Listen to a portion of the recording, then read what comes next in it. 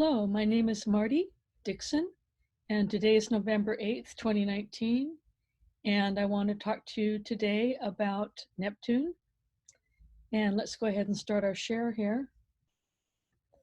And we're talking today about the retrograde nature of Neptune and how it affects the natal chart. And the name of the presentation, of course, is Swimming Upstream, Neptune and the Retrograde Nature. My name is Marty Dixon, and I can be contacted at my website, martydixon.com, or my email, marty.zmk@gmail.com. And I have been a practicing counseling astrologer now for 25 years, ever since I met and worked with Jeffrey Green in 94. And before that, I worked primarily as a medium, and then I added astrology to my work, and it's only enhanced it and deepened it and made it much more revealing and interesting. And I thank Jeffrey for that. I'm grateful to his daughter for carrying on his teachings and all of the wonderful EA astrologers that speak on this forum. I want to thank Linda for her incredible dedication and her encouragement and her help.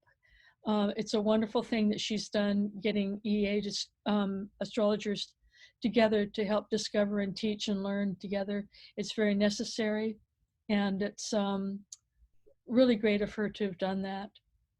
And I want to thank our audience for showing up, and I hope that we can learn something together. This is pre-recorded. So let's begin here. And I want to begin by saying that many years ago, I gave a very similar lecture to this. It was actually on power signatures in a chart. And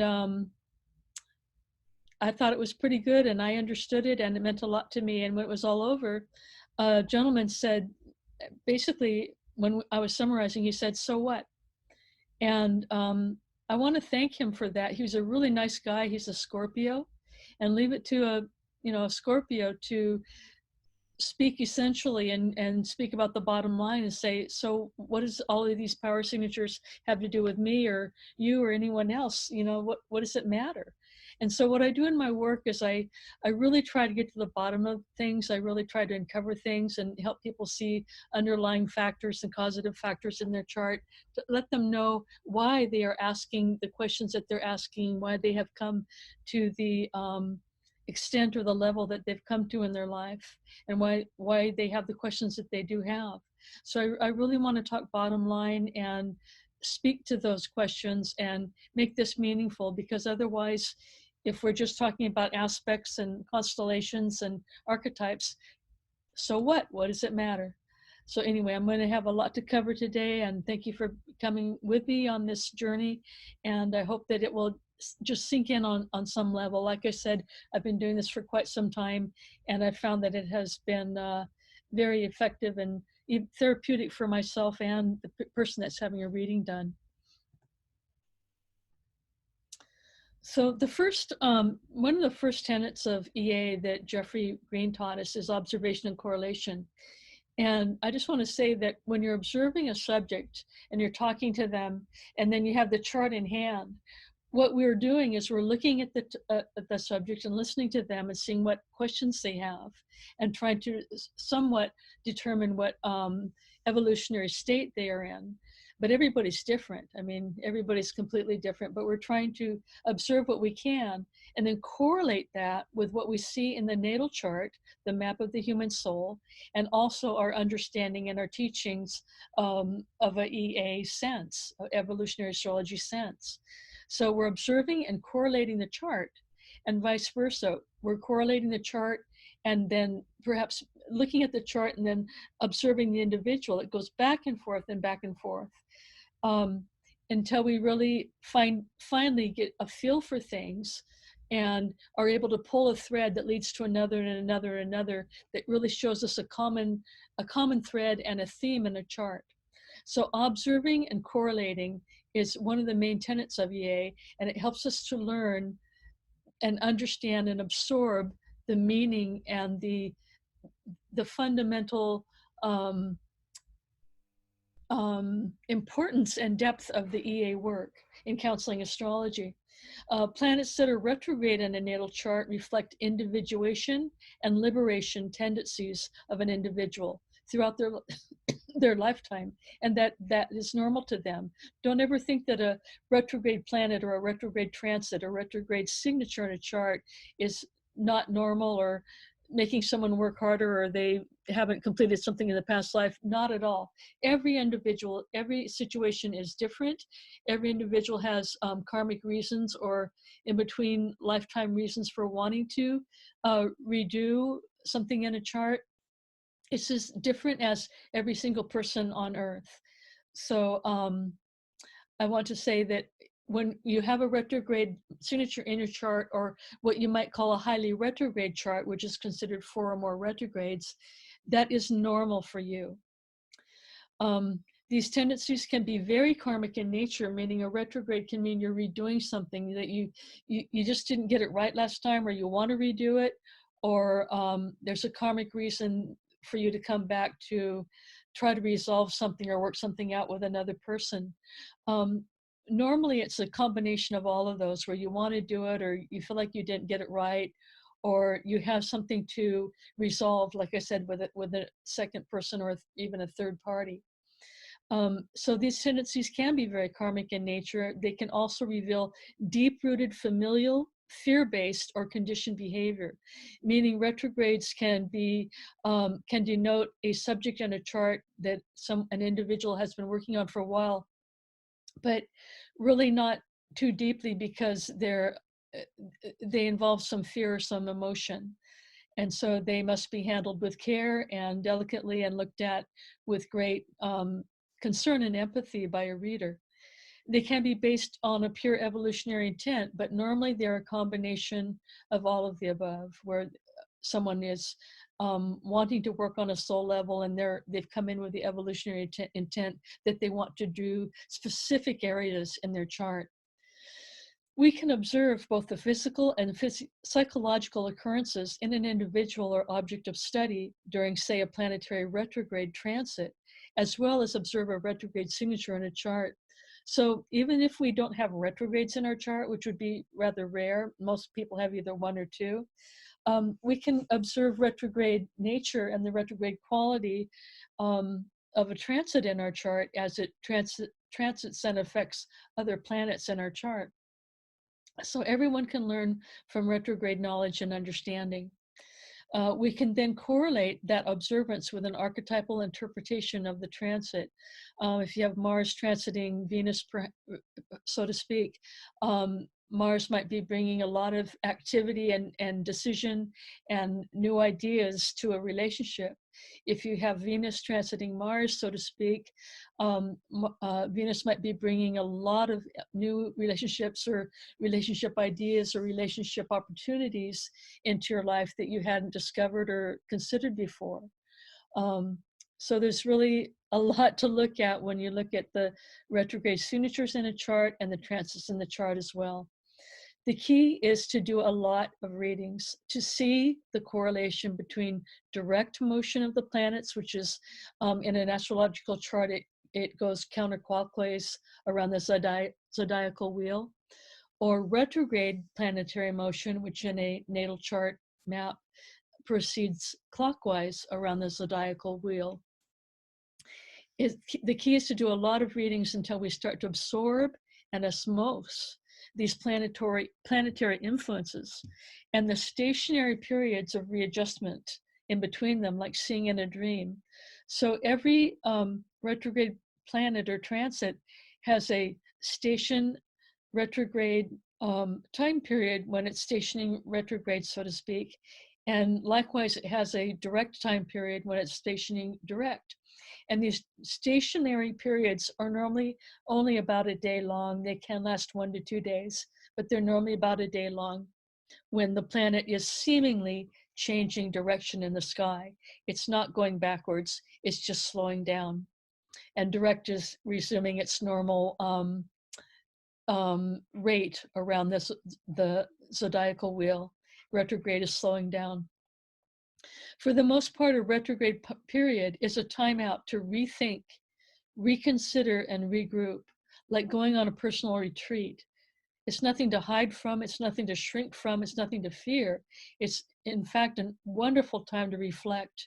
The way I look at retrogrades in a chart is a natural time for reflection, like going on a personal retreat, as if you were going to pack your bags and stay in a little cabin in the woods for a while and just let your mind go, just let your mind be free, or meditate under a tree somewhere until something comes back to you that is of great significance or reflection. So for the most part, a station direct period is brief and profound, and it helps us to give us a glimpse of clarity before we resume our normal lives and try to integrate the lessons that we've learned.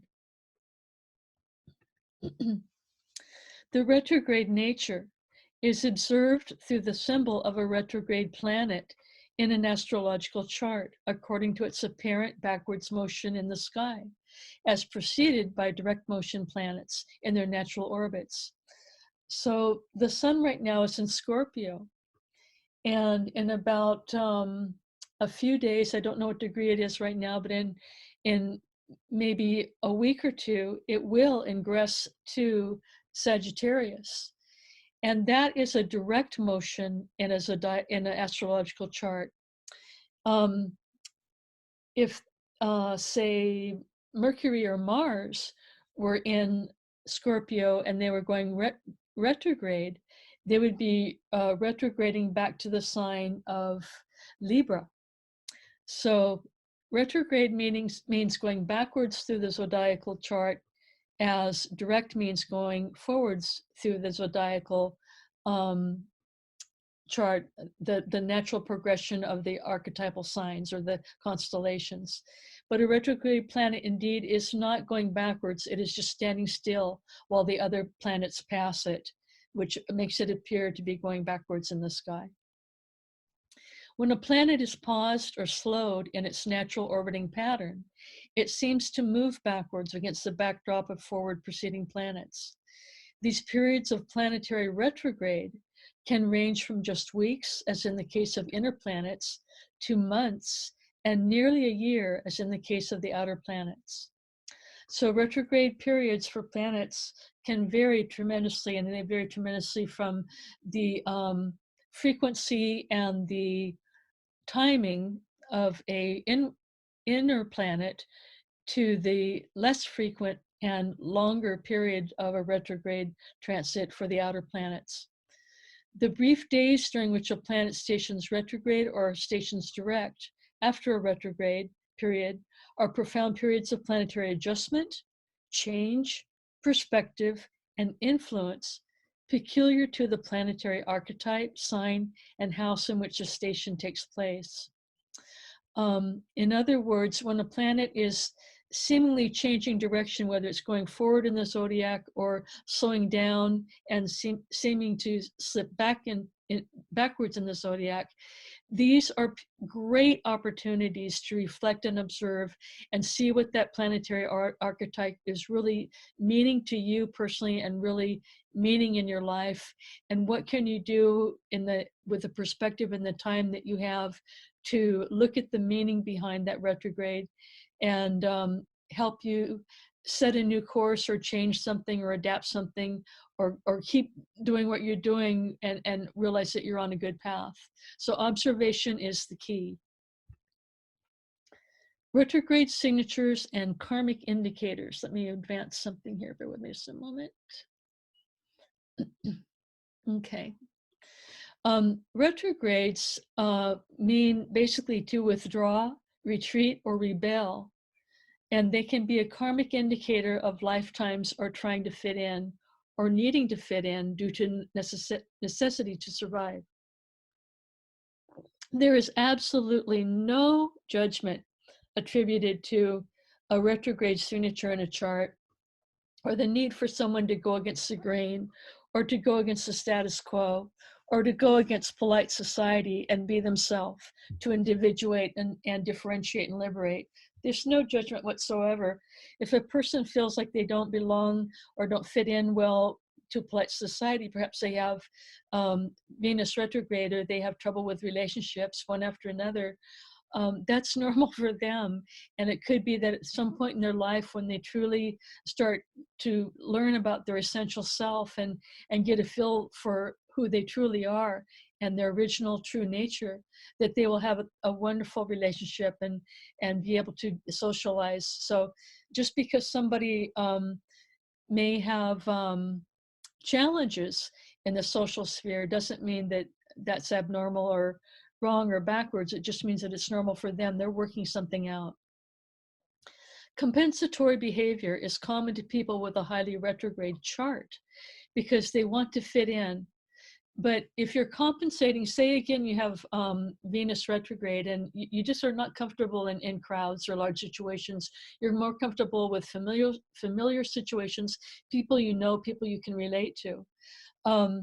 If you try to relate to everyone, that's living a lie. That's compensating your behavior.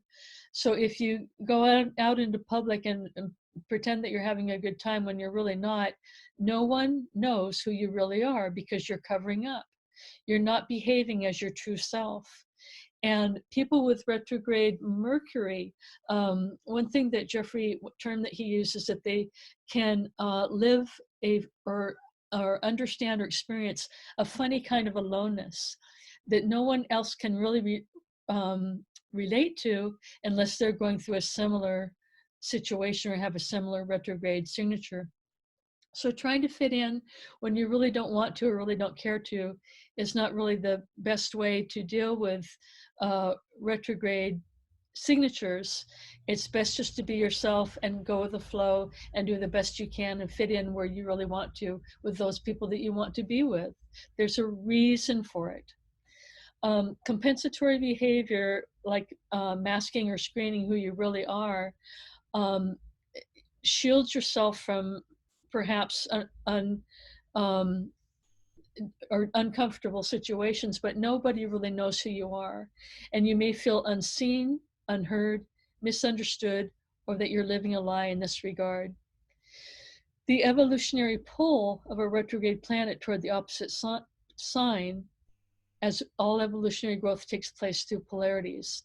So say you have Venus in Scorpio, the evolutionary pull of Venus in Scorpio would be the Taurus polarity and whatever is there in a chart.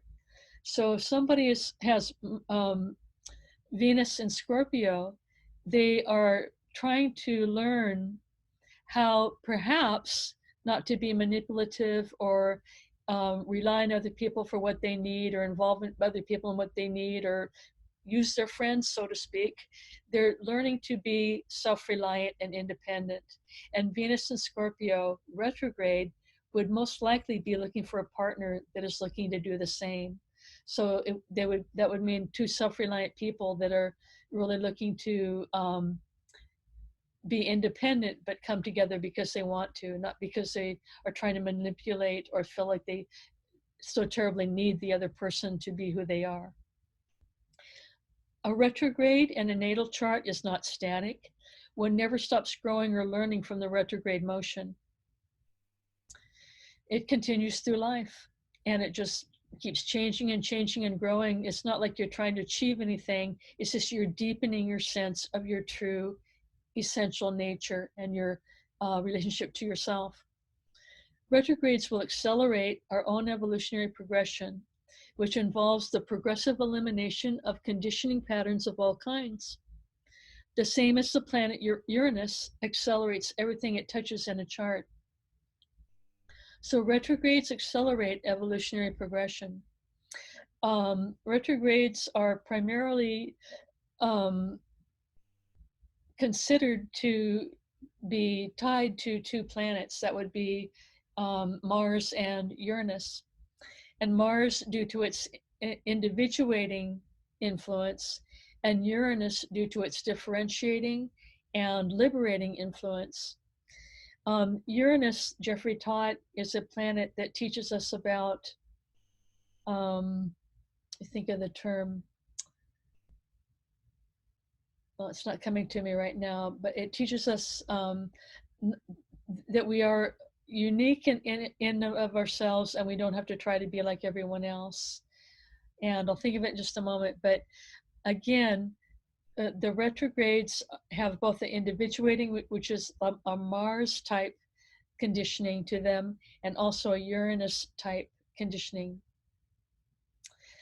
And Uranus, the planet, which helps us to liberate from preconditioned belief systems, does help to accelerate our evolution as it accelerates everything it touches in a chart. As you leave behind conditioning patterns, you are simultaneously arriving at your essential nature. Oh, I remember the term I was trying to think of. What Uranus teaches us is counterpoint awareness, meaning the Uranus influence in a chart normally helps us understand that you are uniquely yourself. You're not tied to another person. You're not your parent. You're not your lover. You're not your brother or sister. You're not your teacher. You're not your friend. You learn by differentiating from other people to find out who you really are, as opposed to perhaps combining or trying to match your personality to theirs. Uranus teaches us to be uniquely ourselves.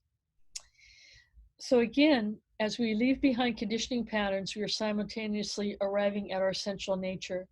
That's pretty much a direct quote from Jeffrey, and I love it. I think it's fantastic. He said that retrograde signatures and influences in a chart are like peeling the layers off of an onion to arrive at our core essential self. Oblique retrogrades. An oblique retrograde is a planet that is directly aspecting a retrograde planet. And I talked about Tom Petty. I believe it was just prior to, no, actually it was David Cassidy. But I remember Tom Petty 2 lectures ago had Jupiter retrograde his moon conjunct. And you wouldn't normally think of the moon as being retrograde. Indeed, it cannot be retrograde in a chart. But a planet conjunct another planet, or moon, or even the sun, can have a retrograde influence or an oblique influence on that planet or body of light. And in this case, with Jupiter retrograde to the moon, his personal moon, his private moon, was much more inward and much more introspective and much more individuated in the respect of his personal beliefs and his personal life than it would have been had it not been aspected by that Jupiter retrograde planet. It lends to a very interesting read, let me tell you that much, and adds a lot of depth to a chart and a lot of understanding. So regarding oblique retrogrades, the main thing to understand is that when a planet is retrograde and making aspects to whatever other planets, the other planets only function like a retrograde in relation to the actual planet that is retrograde. So if you have a retrograde Jupiter in your planet in your chart, and it's conjunct the moon is only reacting to retrograde Jupiter. I know this is sort of a lot to take on and understand, but it's not a retrograde moon. It's only experiencing an oblique retrograde influence from the retrograde planet, in this case, which would be Jupiter. Retrograde signatures continued are the need to withdraw, retreat, and rebel from the status quo or polite society expectations and societal conditionings of how that behavior of that planet, say, let's use Venus again for an example, is meant to operate in order to essentially reflect the ongoing discovery of your own unique inherent individuality. That's a key phrase there, inherent individuality. That's what we're trying to get to when we're dealing with retrogrades. And remember, I said that a retrograde transit or signature in a chart is like sort of going on personal retreat. And when you have one in your chart, it's sort of like going on a personal retreat of some sort all your life. in regard to that planet and the house that it's in and the aspects that it's making.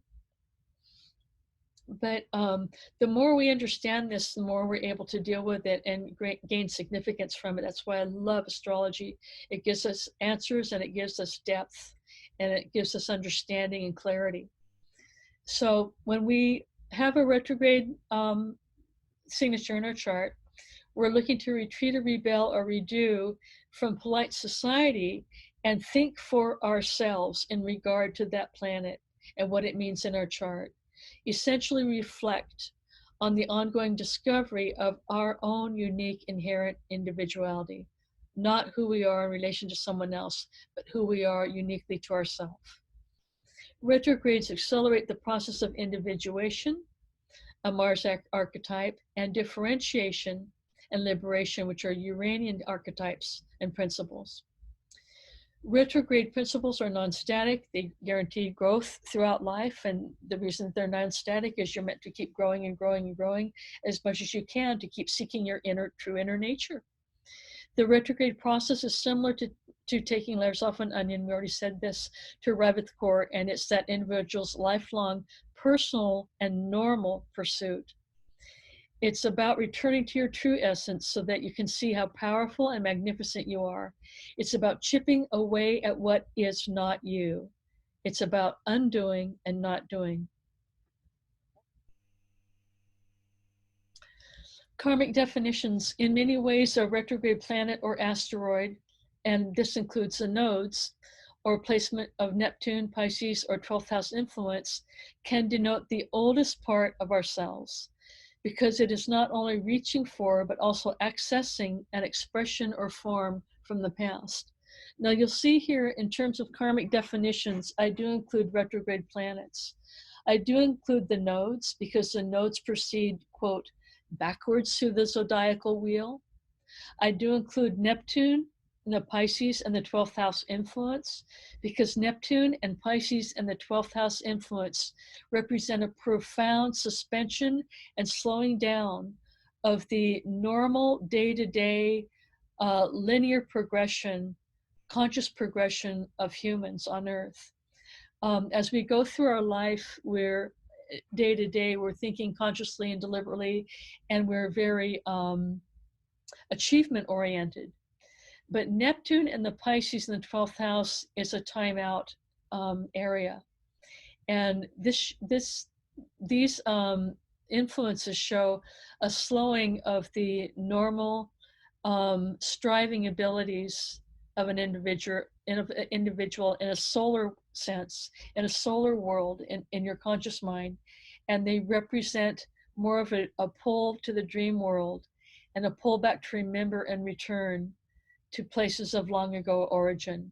And that's why I say that retrograde planets, the nodes, and the placement of Neptune, Pisces, and the 12th house influence can be accessing our deepest past and an expression or form from the past.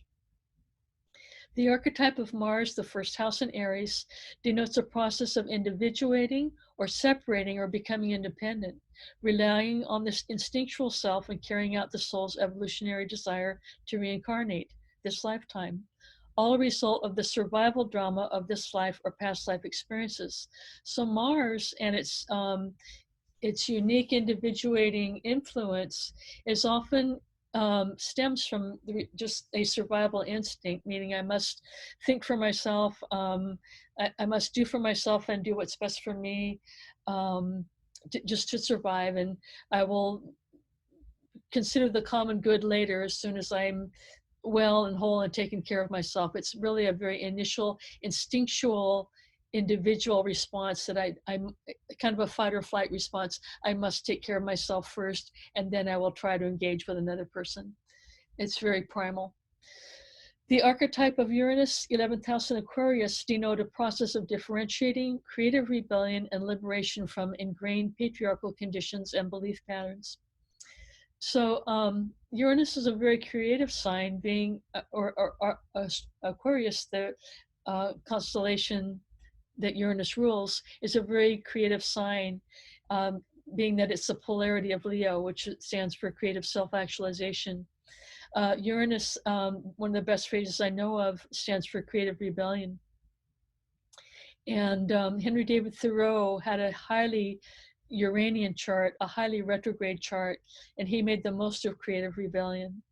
And as does Joan Baez, she was someone who helped to author the term peaceful protest, so to speak. I'm trying to think of the correct term. Yeah, but anyway, she is someone who would go against the grain for the right reasons. And anyway, the Uranus archetype is one of differentiating and liberation from those things that we do not identify with anymore, so that we can find our way and liberate from having to feel like we need to fit in or be codependent on another person.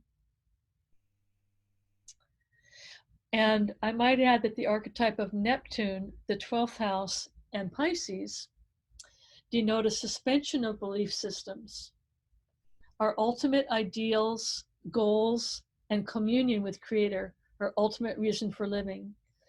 So I lumped Neptune that with it together with the retrograde nature of Mars and Uranus, because this is what I have seen in my counseling. I've seen people that are so forward oriented. I got to do this in life, so goal oriented. And then when you look at the Neptune influence in the chart, it's like the brakes go on, they screech to a halt, and they start reflecting and looking inward and wanting to meditate and spend more time in nature. And I have found that the Neptune influence in a chart really does work similar to a retrograde planet, although the Neptune influence in a chart is not transitory.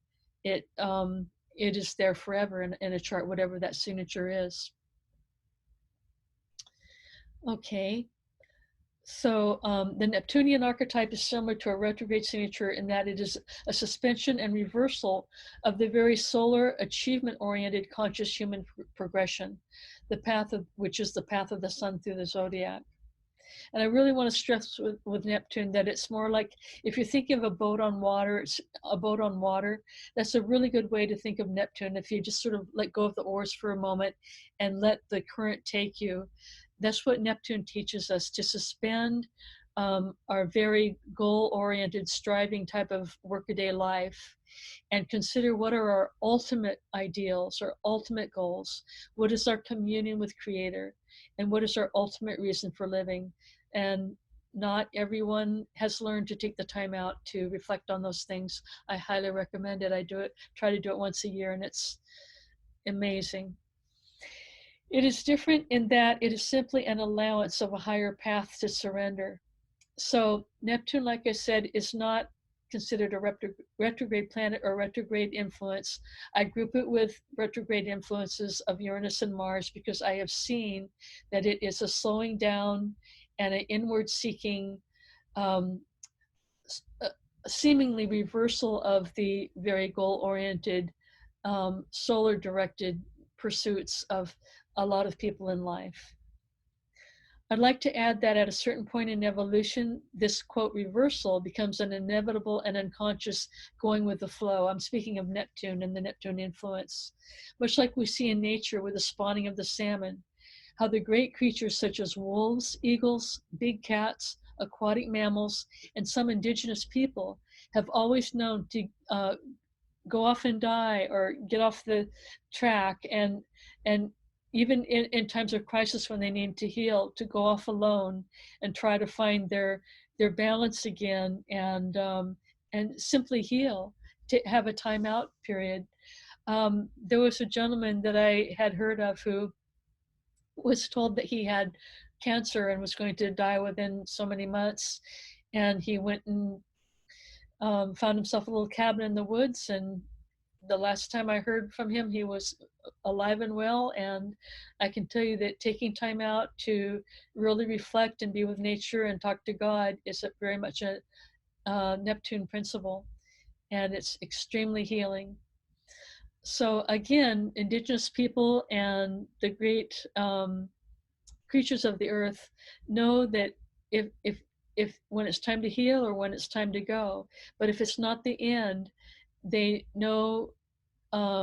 But if it is the end, they know they are only reuniting with Source on a different level, and that's a Neptune theme as well, because Neptune is the last house of the zodiac, and it tends to speak to endings or consummation or completing a process of some sort. This is a lesson of truth in nature, but we don't have to physically die to receive the lesson. Just observe the natural process as a natural process of culmination. The term dying can have many implications. Dying to the old self, for instance, and becoming reborn at a higher level of consciousness and compassion. That is the natural result of swimming upstream or going against the grain of common solar, goal-oriented and achievement-oriented type of a lifestyle, and becoming open to and yielding to a greater influence in our lives, something higher than our precious self, a unification of sorts. So dying doesn't have to be an end. Dying can be a culmination of this lifetime and the consciousness of this lifetime. And because all of life is not only a circle, but it's a spiral, when we're approaching the end of life or end of any a relationship or any type of a, say, goal in our life, and we just let ourselves go with the flow, so to speak, we're dying to something old in ourselves and receiving something new at a higher level. And that is why I speak to the spiral of evolution, as do so many counseling astrologers, that we never really get somewhere, but we keep deepening the lessons. And death is not an end, it can be a doorway to a new experience in a higher dimension. Depends on how we look at it. Okay. Karmic definitions. I'd like to add that at a certain point in evolution, the Neptunian reversal, or so to speak, to slow, reflect, and naturally take time out to be still, becomes an inevitable and even unconscious impulse to spiritualize after much effort to liberate in life. So a lot of life is striving, it's goal oriented. I want this, I want that. I want to, discover and explore and try something new.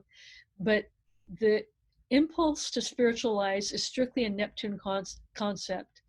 And it's really kind of staying oneself and slowing down and suspending oneself and being here now and just looking within for divine guidance and direction. Going against, then again, with the flow is seen in nature with the spawning of the salmon.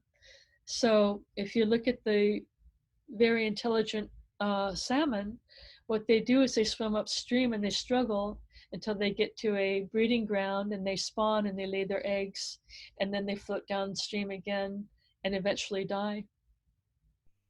But this observation of nature is something that can help us to understand that there's something much greater than just pursuing things or objects or achievement in life.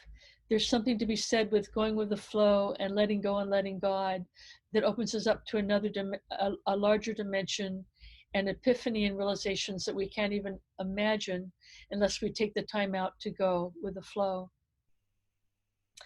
And I want to emphasize that in a natal chart, because all evolution takes place through polarities, the sign Virgo, the sixth house, and the planet Mercury, as it pertains to Virgo in the sixth house, is considered the evolutionary foundation or platform to the impulse to spiritualize, which is Neptune, 12th house, Pisces. I find that fascinating.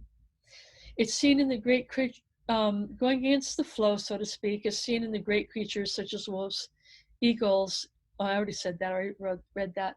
This is a lesson of truth in nature, but we don't have to physically die to receive the lesson. And we already talked about that as well. That if we're dying to an old circumstance or relationship or belief patterns, that we are being reborn at a higher level of consciousness to seek something new of spiritual significance.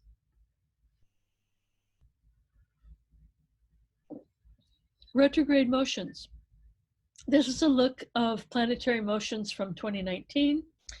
And as you can see in this chart, let me see if I have a cursor here. Okay, as you can see in this chart, Mercury is retrograde 3 times a year. Mercury is a small area of backwards, so to speak, motion. And for 3 weeks, 3 times a year. Venus is retrograde only approximately every year and a half. Here's Venus here. Here's a small retrograde area here. Mars is retrograde barely once a year. Here's a retrograde period here for Mars. Jupiter, Saturn, and Uranus, Neptune, and Pluto are normally retrograde once a year. And these outer planets can be retrograde for the better part of a year, 6 months to almost an entire year at times. So this gives you a little visual of the retrogrades and what's going on. And the busiest planet, of course, is the planet closest to the sun, which is Mercury. I think everyone's pretty well familiar with Mercury retrograde. We're in one right now until November 20th, I believe, and today is the 8th. Okay. Get this to proceed here.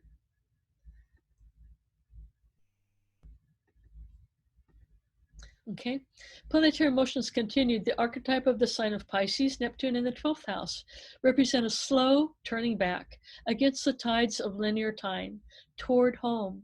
They represent a yielding apart from the solar conscious process of life, to allow the psyche to drift apart from worldly achievement and care and to float downstream.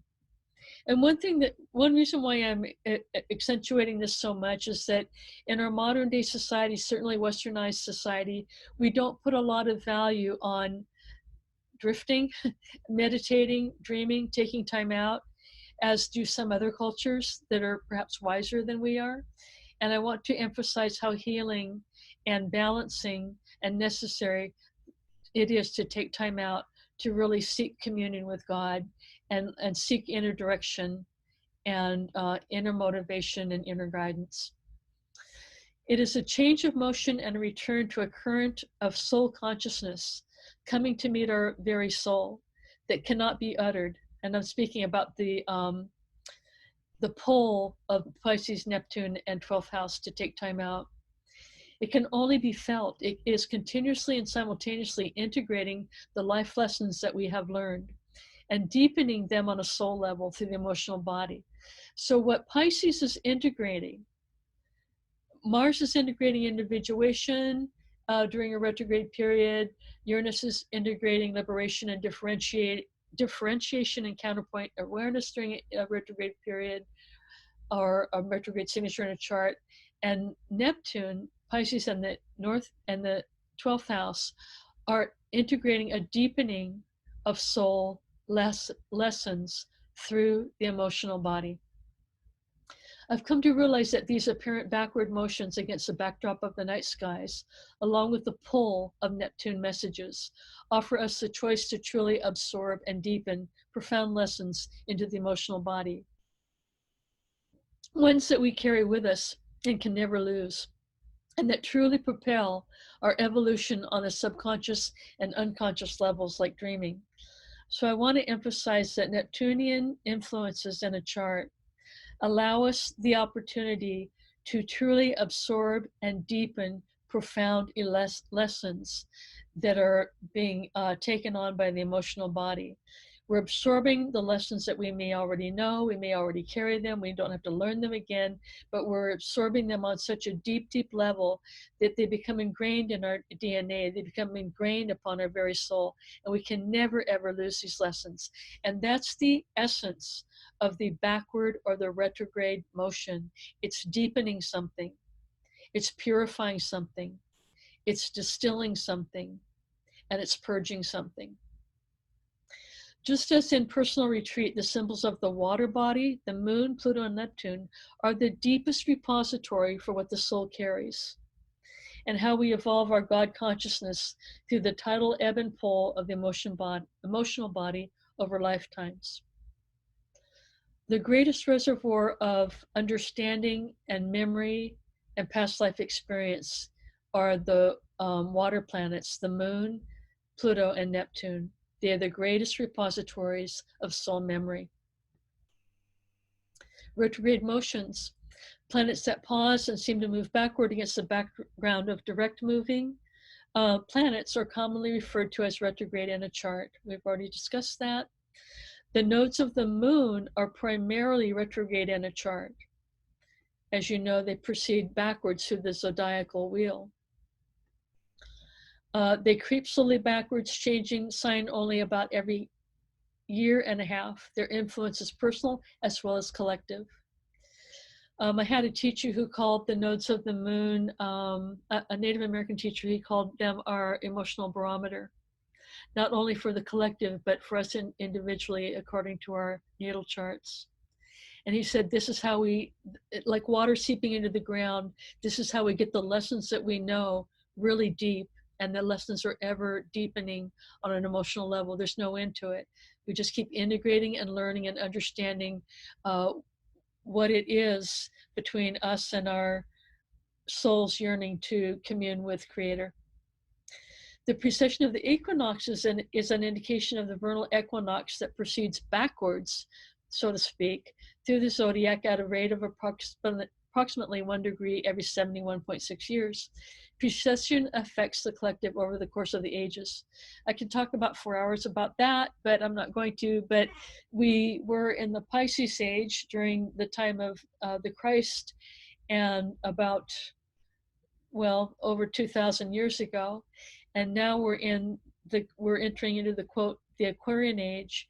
And one of the things that we've learned, I believe on a collective level that Jeffrey spoke about, is that we are learning as people now, contrary to when the Christ walked the earth, that we no longer need to suffer to be spiritual. And that's a pretty deep subject. I'm just going to move on from there. But we can not only learn things individually and absorb them on an emotional level, but we can collectively through the ages absorb lessons on a energetically emotional collective level as well. I believe that realizations from previous ages become ingrained in our very DNA as a result of having lived during these times and having reincarnated to a future, or as in the present now, age. So I believe that when we live, say, in the time of great masters or the time of the pyramids or the pharaohs or the Mayans, if we live during those times, especially and were included in those cultures, that the lessons of those ages are ingrained in our very DNA and we carry those lessons with us. I also believe, and that can change, that can move and grow and change as we reincarnate through life. Our understanding can deepening and grow and evolve. I also believe that these lessons through the slow precession of the equinoxes that have so profoundly affected humanity on a collective level may be passed down to offspring in the mitochondrial DNA. And this is something that I spoke of in previous lectures about critical mass and quantum evolution, quantum physics, and the 100th monkey effect. But it is possible at some point when we reach critical mass in consciousness, so to speak, through a large number of people, that consciousness can somehow transfer over time and space to another group or culture of beings. In my 26 years of reading, I have observed a similarity between planets that pause, the nodes of the moon, and the archetype of the sign of Pisces, Neptune, and 12th house, and that they all involve a peculiar influence of inward contemplation and reflection in the individual chart. My main teachers were Native American, and one of them taught that the soul is like a little boat on the river, and it carries us along with us. We're the occupant, and our soul is the boat. And if you think of someone in a boat and they're trying to get somewhere and they're rowing very fast, they're either with or against the current, whichever, and they're rowing really fast to get somewhere. And then at some point they let go of the oars and they just let the boat take them with the natural current. That's Neptune. That's going against the grain. That's interrupting the will to strive, and just accepting and allowing the will to flow and be with God and go with nature. And that's the Neptune influence that I'm talking about time out, slowing down, seemingly going backwards against the progressive forward backdrop of our busy lives. Neptune affords us that time out and that opportunity to reflect and look within and really find inner guidance and direction. Okay, let me get rid of this here. Give me a moment.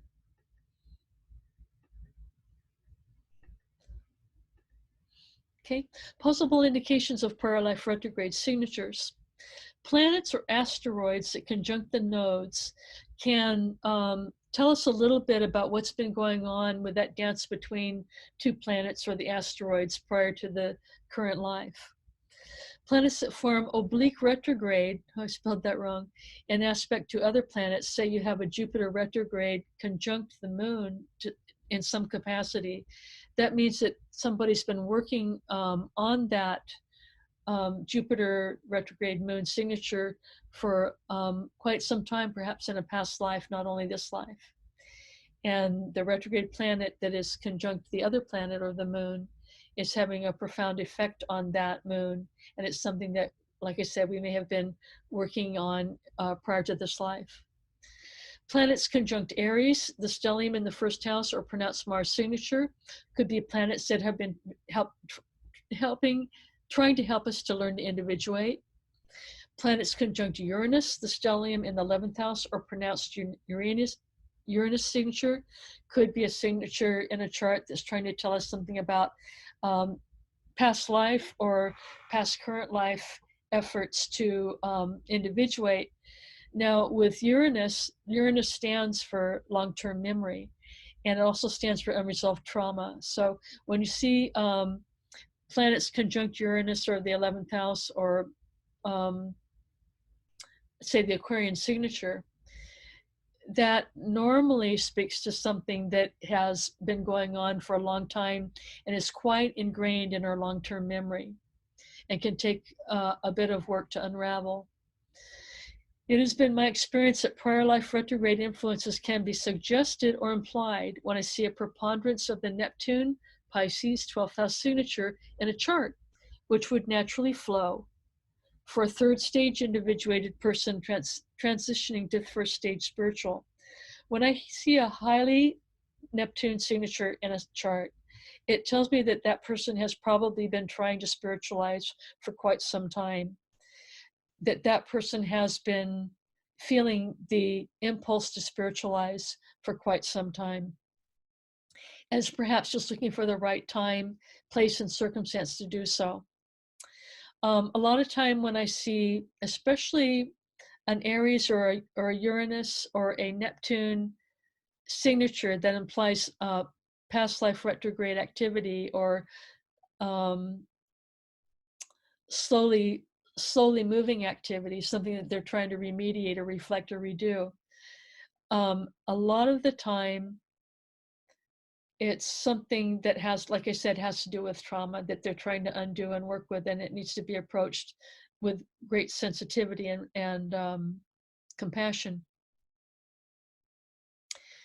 Now, when I talk about third stage individuated people transitioning to first stage spiritual, that means that they're obviously at the end of the third stage of the individuated process or state, and they're in a process this life of realizing and awakening to their spiritual nature, thus the impulse to spiritualize.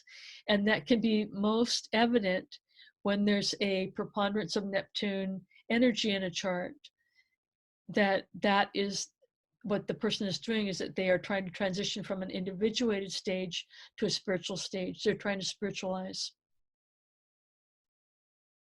I was trying to think of what I was trying to say about Neptune and Uranus. Normally it goes pretty deep and it goes back pretty far, and it goes back pretty far into our past. It can be quite ingrained.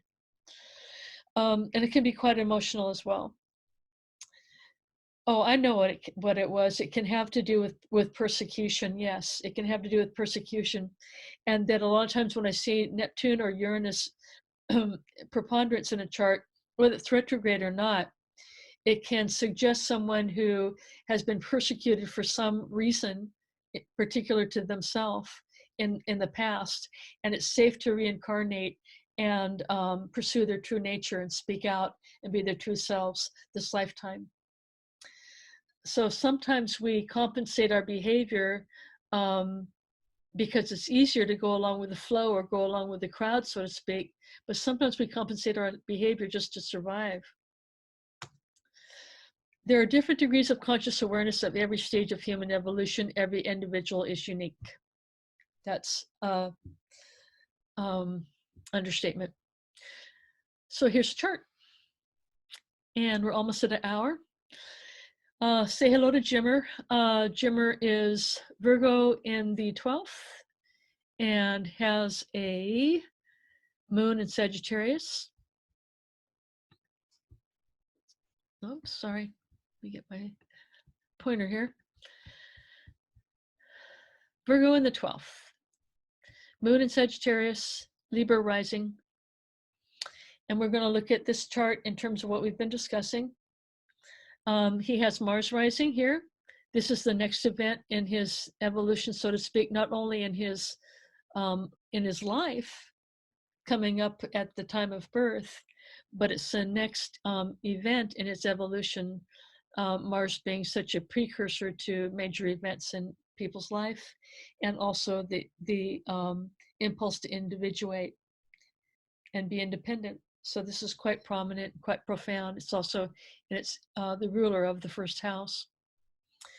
Mars rules the limbic brain, a primal center of emotion, motivation, long-term memory, fight or flight response, and birth and day-to-day survival consciousness. So Mars is really compelling us forward to gain strength and get on our feet and survive. It's survival oriented, and it's a very brave and courageous type of energy. And it's just looking out for itself and trying to live and trying to survive in this day-to-day world. The Mars stellium rising in this chart, trine Uranus, suggests coming into this lifetime with prior life memory of trauma and threat to personal well-being, freedom, and self-sustainment via an extreme social disparity. I say that because I know the chart a bit, and Mars and this first house stellium are in Libra. So that to me speaks of possible past life trauma, like we talked about the Mars first house signatures, can speak to possible past life trauma and the need to, like I said, fight or flight or fight for one's survival, or a threat of some personal threat of some sort. And also tied to trining Uranus, it's helping to heal the memory of long-term unresolved trauma. It could be a lot of things, but knowing this chart, I know that that's a little bit of what it's applying itself to. And because it's trining these two individuating signatures, Uranus and Mars, it's working for the good this lifetime and alleviating a lot of past wounding and fear. So the first house stellium, there's a rawness, an openness, a realness about him that speaks to the original innocence of a consciousness, once again daring to separate from source on a brand new life lesson. So if we look at Neptune in the culminating degrees of the end of the 12th house here, Neptune is coming to the end of a life lesson here. Mars in the first house is actually separating from Neptune and coming into a new life lesson this lifetime. So it's very profound to see this, and to see that really Jimmer is dying to something old and being reborn to something new, some new kind of consciousness having to do with dealing with other people, equality, bringing things to a head, negotiating, cooperating, dealing with social issues and other people. Where in the past he might have not have been free to do that, or was persecuted in some way, or was fearful. It looks like he's been alone for a while. The ascendant is our identity structure, the role we assume in relation to the society and culture in which we're born. It's also our filter as to how we see and naturally relate to our world. Moving right along here, let me see where I'm at. Okay. I'm doing 2 charts at once, that's why. Okay. Now, Jimmer reacts instinctively and learns to adapt quickly. Now, let's look at retrograde Vesta, Ceres, and Black Moon Lilith. This is my best attempt to pencil in Black Moon Lilith. It's actually 15 degrees Sagittarius, right on the South Node. This is the true Lilith. This is not the true, I think this is the mean Lilith in the chart. This is the true Lilith that I use. So there's a lot to do with sort of a female-oriented or a female-based or female viewpoint of things in terms of liberation and rebellion this lifetime. And look at this, the North Node is that creative rebellious planet, meaning that he's looking to not only separate from preconditioned ingrained belief patterns, Sagittarius, but he's working along the lines of the divine feminine and trying to devote the divine feminine in all people, men and women, and help to promote the divine feminine, meaning seeing that the South Node is coming or stemming from Black Moon Lilith. He's trying to promote the divine feminine in himself and his life and his pursuits, and help to educate other people, 9th house, and teach them how to integrate the divine feminine into their psyche as well, and perhaps say a bit of a rebellious female culture from the past, the suppression of the divine feminine, Black Moon Lilith.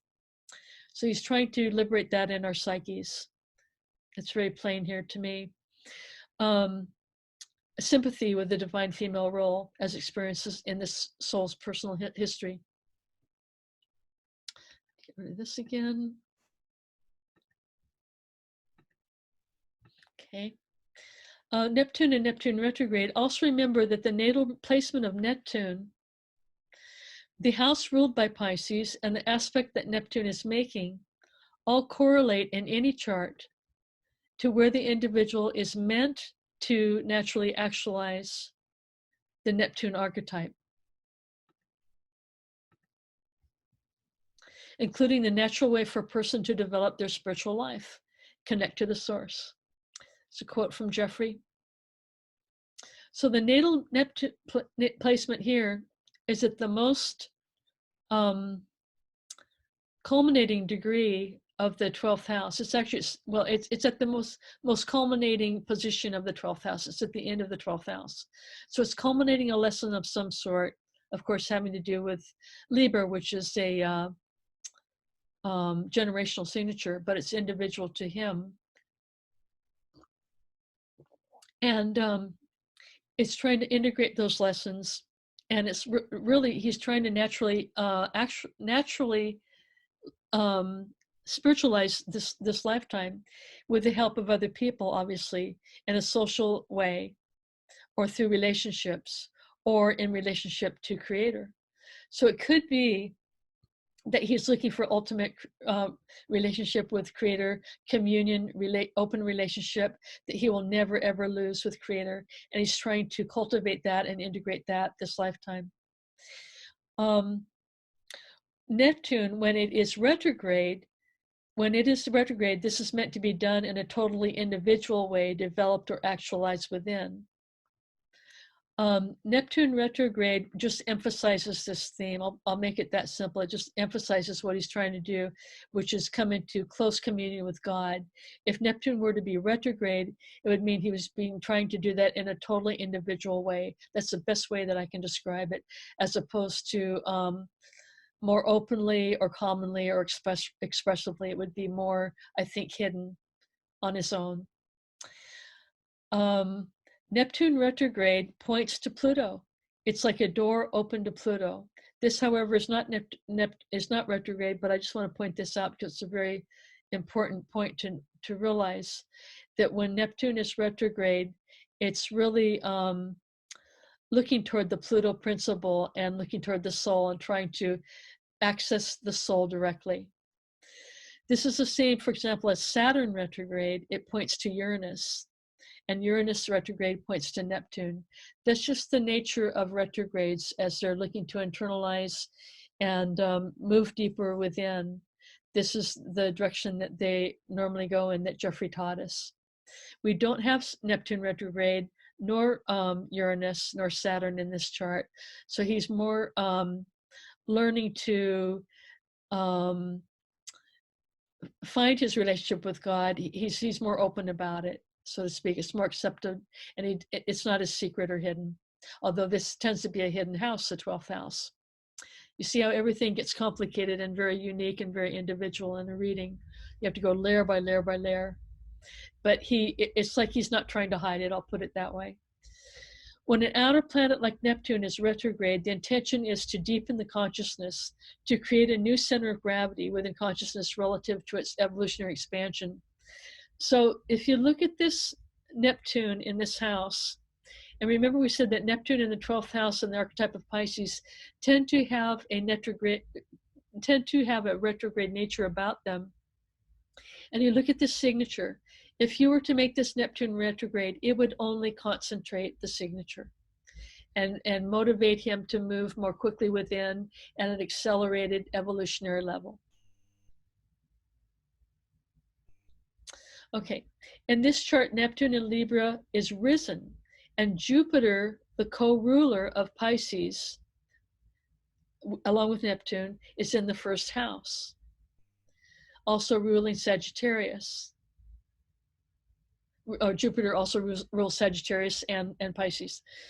It suggests a naivete in regards to belief systems and the social structures that contain them.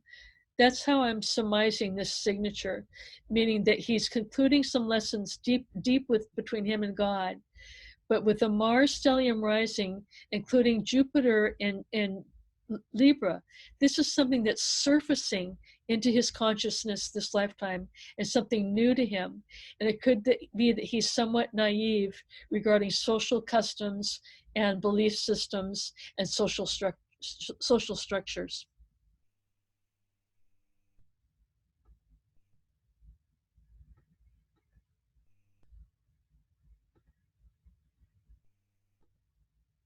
Okay. The natural zodiac. Aries, Mars, and the first house, of course, represent the separating desires in all of us. Here's a separating Mars new phase from Neptune, suggesting a true innocence. I want to emphasize innocence in Libran issues. He's learning about other people. Perhaps someone who has felt alone, unnoticed, insignificant, or isolated in a past life. And I might also add, there's an exaggerated sense of ostracization. If you look at the placement of Uranus in this chart, he's looking to fit in this lifetime. Uranus is conjunct the North Node, but it's something that has grown out of the South Node in the third house, which can stand for peer pressure, our personal sphere, wanting to fit in, wanting to be with the times, so to speak, wanting to be trendy and fit in and be popular. Uranus is suggesting that he has been working past lifetimes on individuating and trying to fit in, and has maybe feelings about having not fit in or being ostracized in the past. And even though Uranus is not retrograde, it is conjunct the North Node, which is primarily retrograde.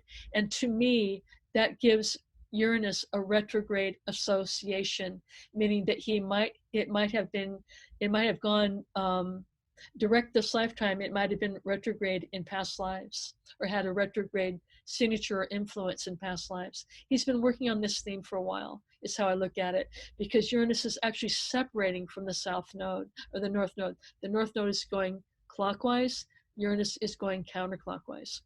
and it has to do with his mental structures. Okay, Aquarius, Uranus, and the 11th house are the holdouts before allowing for the Neptunian natural process of spiritualization to take over. So you can see that here we have fight or flight, Mars, first house. I need to individuate, I need to be myself for very physical reasons. And here you see Uranus, I need to individuate. I need to go against the grain and find out who I fundamentally am, aside from any other people or influence. And once we go through that highly individuated process that Jeffrey has denoted in the states of evolutionary consciousness, the next state after the individuated state is the spiritual state, which is ruled by Neptune. So when you see a highly individuated signature in a chart, you can pretty well bet that they're working on spiritualization this lifetime. Mars, Aries, and the first house, the north node of Mars, all correlate to how the desires that emanate from the soul are instinctively acted out this lifetime.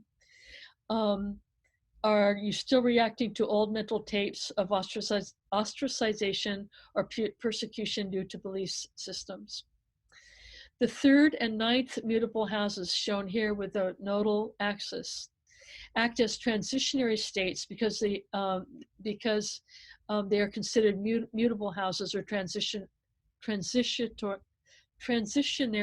houses of how our mental processes work, how we think, and how our belief systems function. Now that's a characteristic of the third and the ninth houses. Here you'll see the ruling planet of the third and the ninth houses are reversed. Normally we would think in the natural zodiac, so to speak, that the third house would be ruled by Gemini and the ninth house would be ruled by Sagittarius. But here we see Sagittarius in the third house and Gemini in the ninth house. One thing that I remember learning from Jeffrey is that when we have what's called a reversed zodiac, then that heightens and accelerates evolution. The ruler of the south node is Jupiter in the third. The ruler of the south node, Sagittarius, is Jupiter in the third. Renewing old belief system patterns regardless of social pressure and stigma.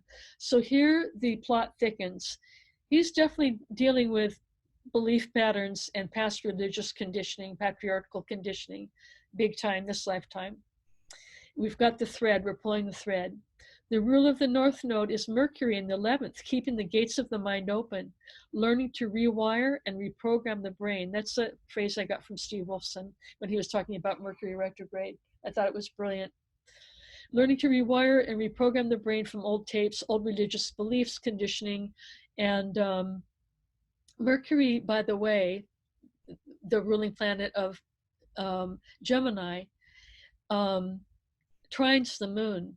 So it's trining the past associations, meaning that he's learning to really free the mind this lifetime, no longer working at it. It's just kind of coming naturally.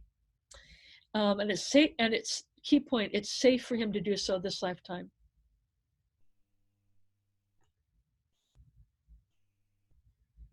See if I can get my direction right here. Neptune and the retrograde, well, I did that. The natural zodiac. Okay. Libra rising, finding common ground. Here we have Libra rising.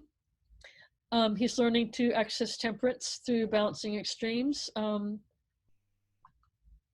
Libra is not an archetype of balance, it's an archetype of seeking balance, leading to the extreme polarity of Scorpio. And as you can see, this is Michael Mercury's chart, or Freddie Mercury's chart. He said, I am a man of extremes.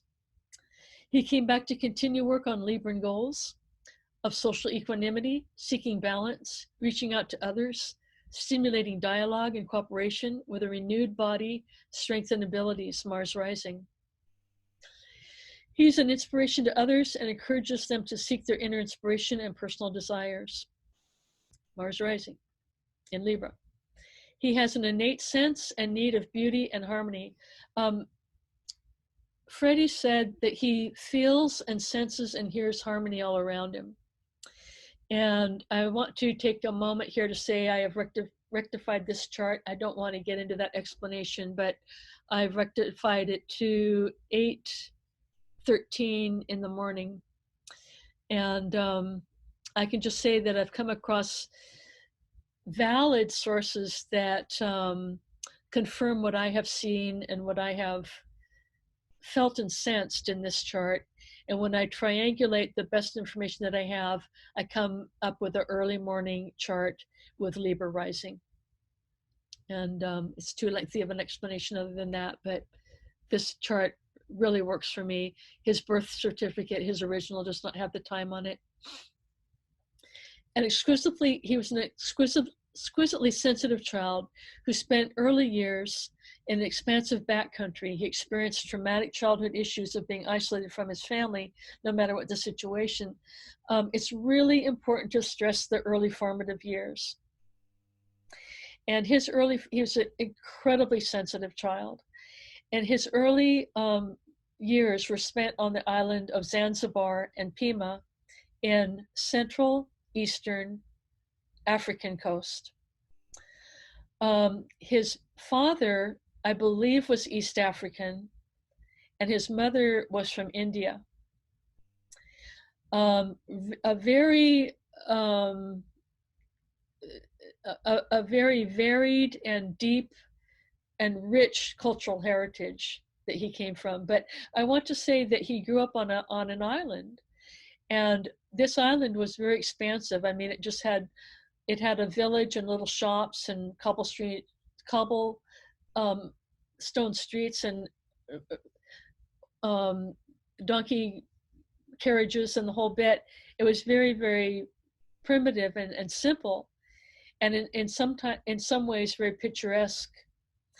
But it was very expansive, and he spent a lot of time as a very young boy at the shipyards, gazing off into the sea and wondering what was out there. Just, incredibly inquisitive. I mean, he is a Virgo. He's ruled by Mercury, and he was always wondering what's out there. What's beyond, what's across that sea, because the land that he grew up on was low mountains, very expansive, and large grassy vistas in every direction. So he was surrounded by horizon.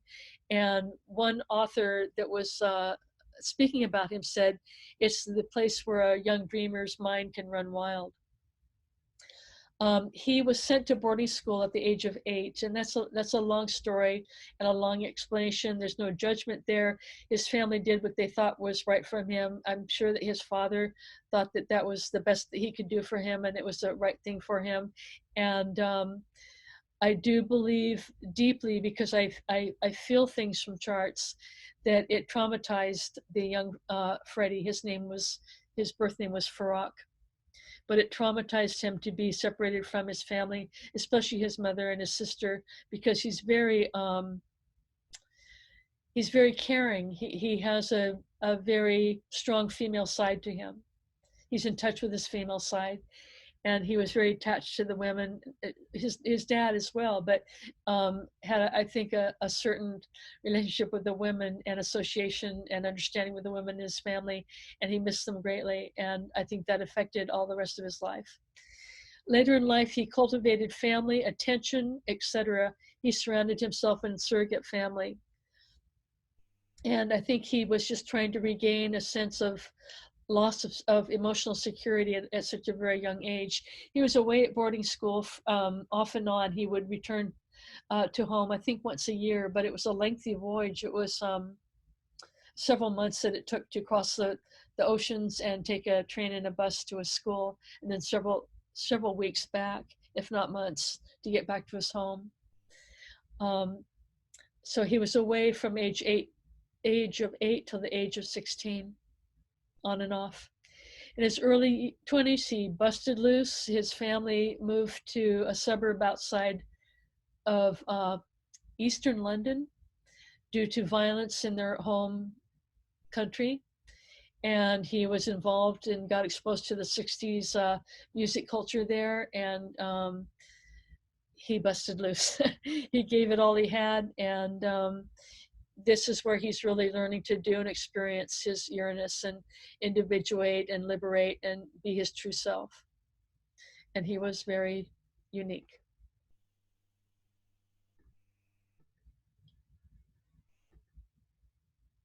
Scorpio on the second house cusp. With Scorpio on the second house cusp, this is what the rule of the second house is what Jeffrey refers to as our natural voice. And also because this is the house of self-reliance and our relationship to ourself and our personal security and sense of self-sustainment and self-strength and self-confidence are definitely our house of self-love and our relationship to ourself. With Scorpio there, it can denote the perception of emotional isolation when we don't have what we feel are the necessary emotional attachments or relationships in our life. So for whatever reason, suffice it to say that he felt that at one point in his life, perhaps when he was sent away to boarding school, that he didn't have the emotional attachment that he needed any longer to really survive and thrive and sustain himself. And it was traumatic to him.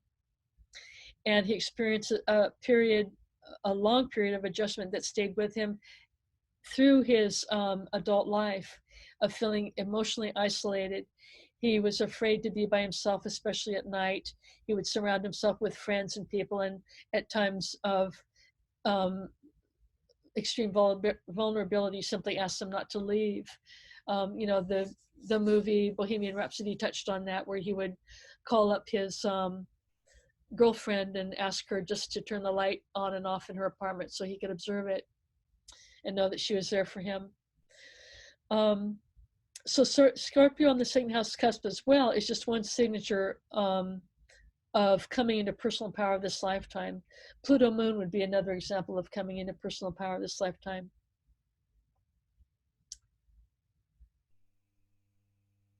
And Pluto does aspect his moon.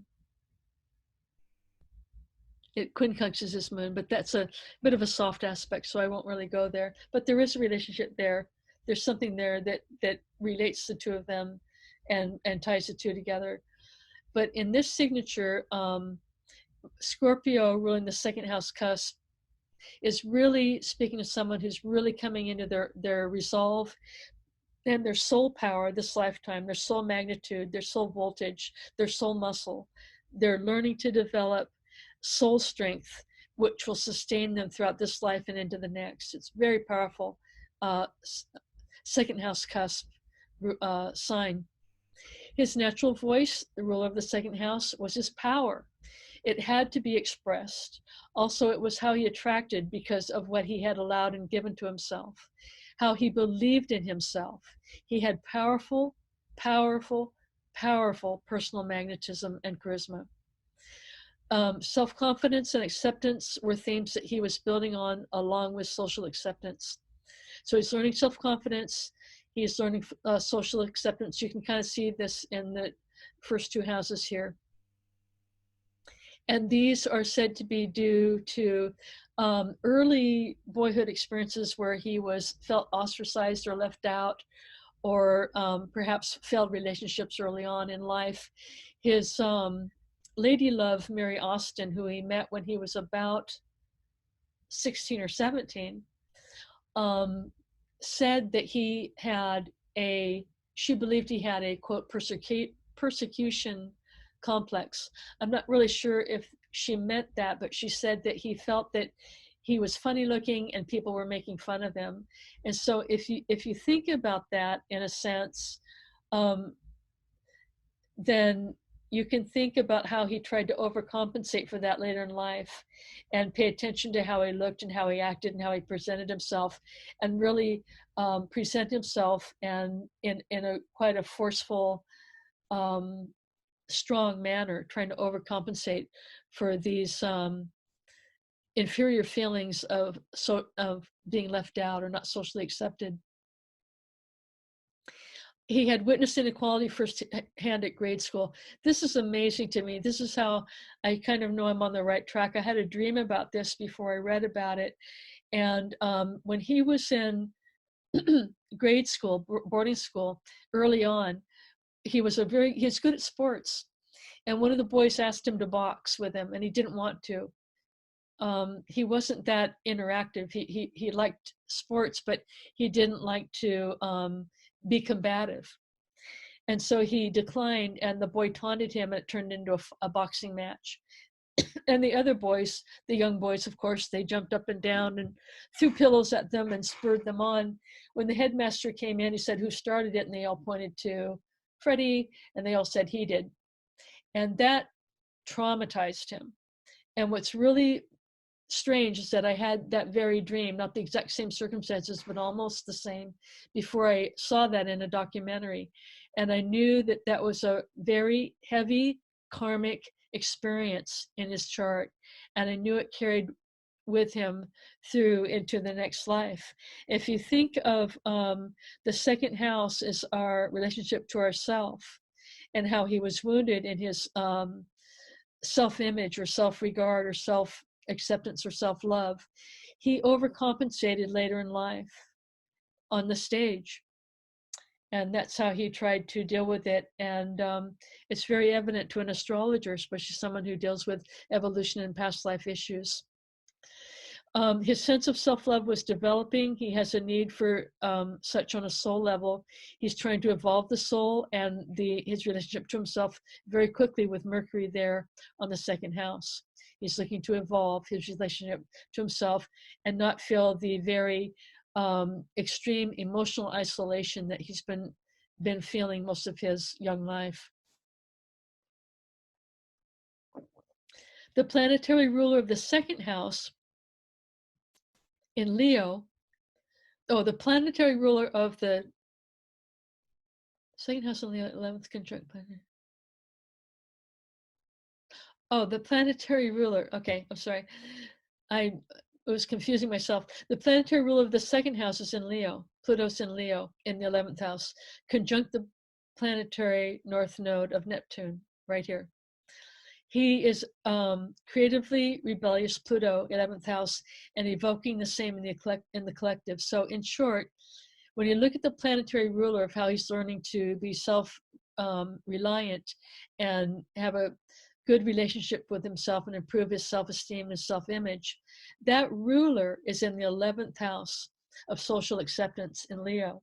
So he's learning to be strong in himself, and he's learning how to present himself in a social environment, and he's learning how to be demonstrative and expressive in a social environment. And it all stems from that boyhood ostracization, the need to evolve and grow and further and strengthen his relationship to himself can be seen by the position of the ruler of the second house. It's also conjunct the north node of Neptune, which is a collective signature, but the north node of Neptune is Leo, and Leo tells us to express ourselves, let our creative impulses flow for the better of ourselves and others, and also to sustain and help to strengthen our personal self and our relationship to ourself.